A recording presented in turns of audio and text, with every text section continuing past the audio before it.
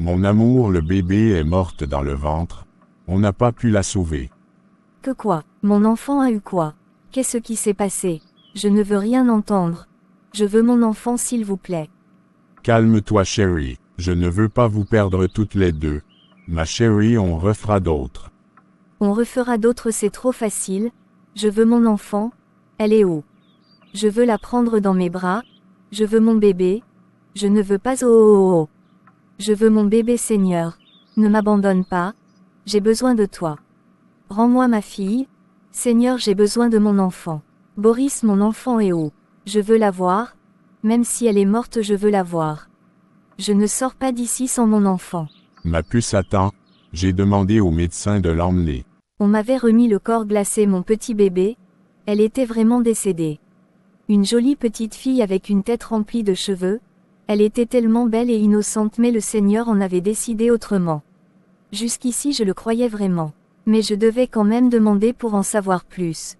Puisque je suivais ma grossesse de très près. Je la suivais à la lettre. J'étais à toutes les visites. Du coup, je savais que mon enfant était en santé. Docteur, s'il vous plaît, c'est dû à quoi? Comment j'ai fait pour perdre mon enfant? C'est la volonté du Seigneur, ma chérie. On ne peut rien, chérie. Madame, monsieur Ekunda, je suis désolé de vous apprendre que quelqu'un a sûrement mis quelque chose dans les repas, ou dans le verre, ou encore votre femme a mangé ce qu'elle ne devrait pas. Comme quoi, docteur? Je surveillais ma grossesse, mon mari ici présent peut témoigner. Cette grossesse a eu un choc, je n'ai rien vu dans le ventre pour justifier, mais c'est bizarre, aucun signe depuis le départ. Tout était normal, mais ça ne devait pas se passer. Mon petit bébé, c'est maintenant qu'elle me lâche, ma petite fille. J'ai tellement voulu avoir ce bébé. Ma chérie, pour le retirer, on a dû t'opérer rapidement. Tu vas devoir rester ici. J'ai appelé ta mère et ma famille. Ils vont me dire où enterrer le corps. Donc je ne serai pas à l'enterrement de mon bébé. En passant, où est Jocelyne? Sûrement dehors. Je ne sais pas. Je suis avec toi ici depuis. Je ne suis plus sorti. Ok, j'avais tellement mal. J'avais mon cœur qui me faisait énormément mal. Mon petit bébé était décédé sans même voir la lumière du monde. Elle est morte dans le ventre. C'est vrai que c'était prévisible. J'avais tellement saigné, on aurait cru un avortement. Sûrement le docteur à première vue avait pensé à un avortement de ma part au 8e mois. On était arrivé à l'hôpital tout trempé dans le sang jalissait seulement entre mes jambes. Maman était arrivée, elle avait pris le premier bus, elle avait trouvé que la famille de Boris était déjà là. Je ne voulais voir personne. J'avais demandé à Boris de jurer, je me sentais tellement inutile. En gros, j'allais très mal. Le père de Boris était entré, il m'a trouvé avec mon enfant entre mes mains. Il m'a tendu les bras, je le lui ai remis avec le cœur en miettes. Calme-toi ma fille, c'est difficile à surmonter mais accroche-toi. Boris faisait les efforts de me soutenir, pourtant lui-même ce n'était pas la grande forme. Il allait mal, mais par amour pour moi, il voulait me protéger, il voulait tout encaisser. Ma chérie, je reviens, ta mère est arrivée. Elle va rester avec toi, je vais voir où on va enterrer le bébé. On doit le faire rapidement. On enterre où? Papa a appelé qu'on commence à creuser derrière chez lui.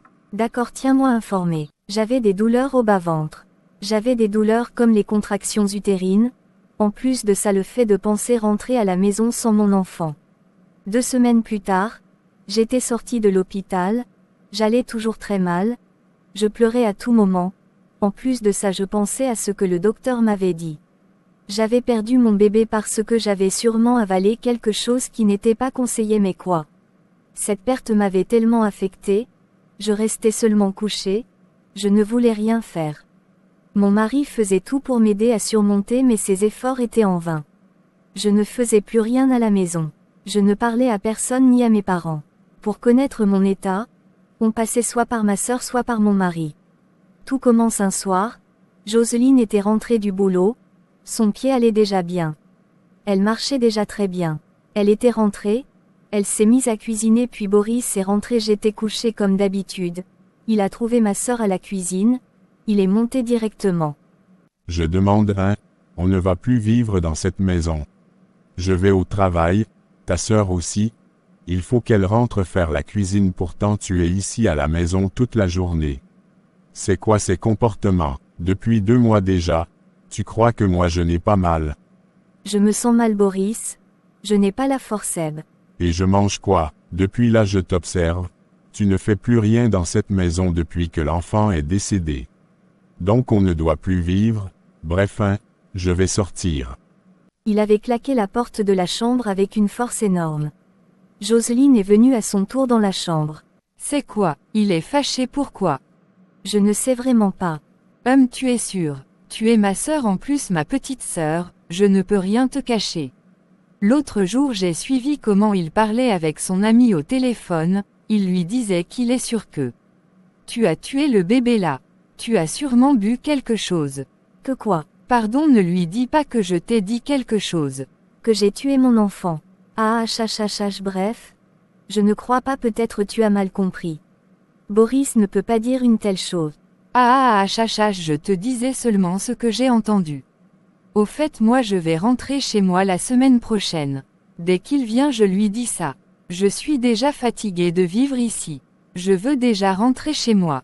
Je vais changer d'appartement. Tu me laisses avec qui ici? Jocelyne, je me sens mal. Est-ce que tu étais venue en mariage avec moi? Je dois te laisser vivre ta vie de couple. Je me sens encore mal. Attends encore un mois. J'avais supplié ma sœur de rester. Je ne pouvais pas la laisser partir. Elle m'aidait trop. En même temps, Boris avait commencé à dormir dehors. Il y avait plus de communication entre nous. Je lui posais des questions, il ne répondait pas. Quand il voulait quelque chose, il demandait à ma sœur. Ça me dérangeait quand même. Mais bon, c'était quand même ma sœur, donc aucune arrière-pensée.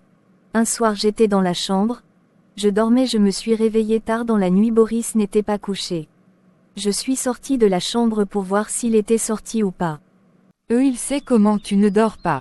On regarde un film. À 1h. Moi je partais me laver, je partais prendre l'eau chaude à la cuisine puis je me suis arrêtée. C'est un film intéressant. Mais tu es en serviette. Bon, moi je vais dormir. J'étais choquée par sa réaction. À ma sœur de me dire. Évite de trop l'énerver, toi-même tu connais comment ton mari aime les caprices. Bref, je vais dormir.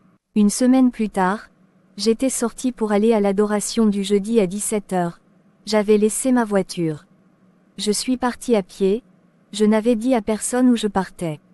D'ailleurs, les deux étaient encore au boulot. Quand je rentre, je ne vois personne, pourtant la voiture de Boris était garée dehors. J'entre sans faire de bruit. À partir du salon, j'entends les éclats de rire et les gémissements de quelqu'un venant de la chambre de Jocelyne. Je me rapproche de sa chambre. J'entends la voix de mon homme. J'ai failli perdre connaissance.